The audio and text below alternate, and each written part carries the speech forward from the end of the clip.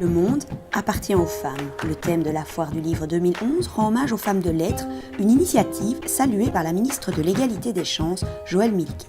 Tout ce qui peut non seulement reconnaître le talent des femmes, leur capacité créatrice, parce qu'on croit toujours, quand on voit les caricatures, que la femme est souvent moins artiste, qu'elle n'est pas chef d'orchestre, qu'elle écrit moins, etc. Ben, ici, non.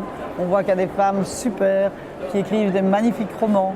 Et je trouve que c'est une très belle thématique, en tout cas pour la foire du livre. Pour les femmes CDH, c'est l'occasion d'aborder la question de l'égalité homme-femme en Belgique. Une égalité qui, dans les faits, est loin d'être généralisée, notamment en matière d'emploi et de salaire.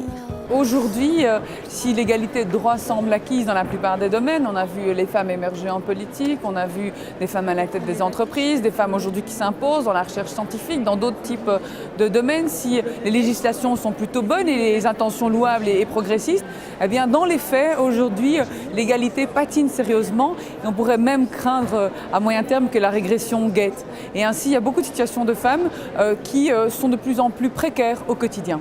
Dresser l'état des lieux des inégalités de genre dans notre pays et proposer des mesures concrètes pour y remédier, c'est se contenter de faire les participantes au débat sur les pièges et les réussites de l'égalité homme-femme en Belgique, organisé sur la foire du livre le jeudi 17 février. Un des prochains combats à mener, après avoir imposé les femmes dans le domaine politique, puisqu'elles sont aujourd'hui 40% au niveau fédéral, c'est de pouvoir imposer les femmes dans les conseils d'administration, parce que c'est important que la femme au sein de l'entreprise soit valorisée.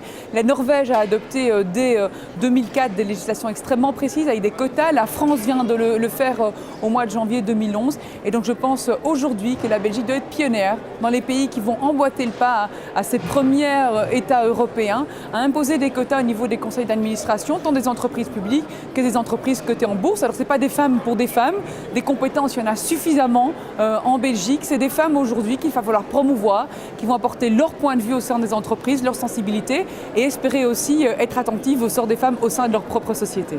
Tous ces constats et ces propositions figurent d'ailleurs dans le livre que Céline Frémaux vient de publier et qui sortira en librairie le 1er mars.